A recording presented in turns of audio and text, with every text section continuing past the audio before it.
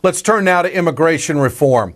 Now that we've got a new Speaker of the House, Paul Ryan, former chair of the House Ways and Means Committee, voted in last week as Speaker of the House. He says he's not going to bring forth immigration reform because the president is untrustworthy on this issue. Here's what he had to say. The National Review reported this week that you made a promise to the House Freedom Caucus that you will not bring immigration reform legislation to the House floor while President Obama is in office. Yeah, I think he's proven untrustworthy on this issue. He tried to go around Congress with an executive order to rewrite laws unilaterally.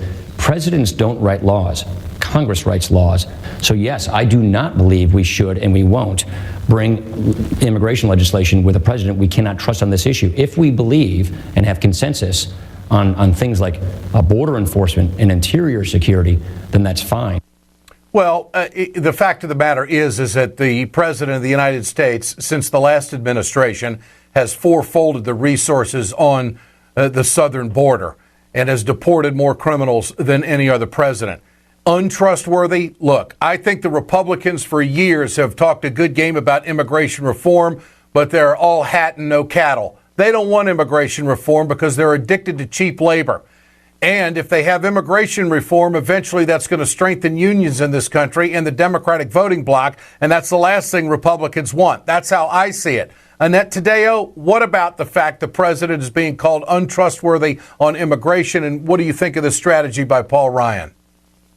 Oh, please. It's the lamest excuse in the book. It is very clear that this was done as a promise to get the Freedom Caucus votes for him to become Speaker and to calm them down. But it is not the president's fault. The president has always said, bring me a bill. I will sign it.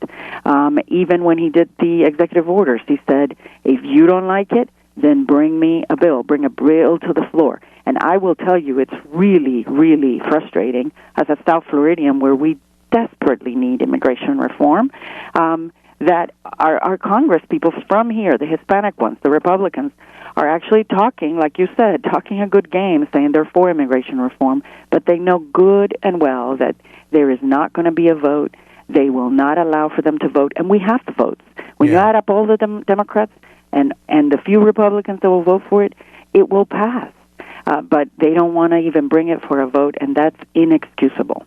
Well, Annette, what about the fact that the president has said what you just pointed out, and the Republicans, on the other hand, are telling Paul Ryan, if you do this, we need a promise that you're not going to bring forth immigration reform.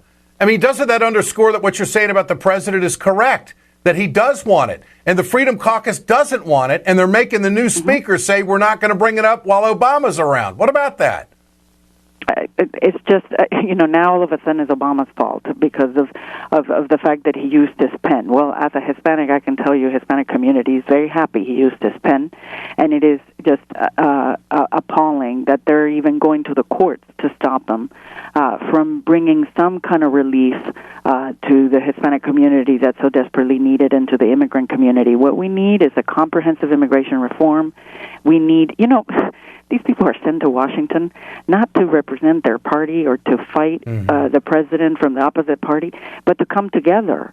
And we may not like everything about bills when they come to the floor, but the fact is you got to come together and pass bills.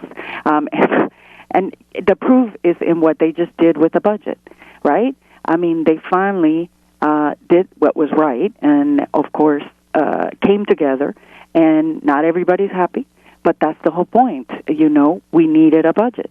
And they're still going on this, rule that they don't want to bring it unless, the hazard rule, they don't want to bring it unless the entire majority of the Republicans are for something. That's a horrible, horrible rule. So I think the first deal has already been uncovered. There will be no immigration reform approached or addressed by this speaker because of the Freedom Caucus and where they stand on all of it. Annette Taddeo, great to have you with us. We'll have you back. Appreciate your time here on Ed Schultz News and Commentary. Ed. All the best. My pleasure.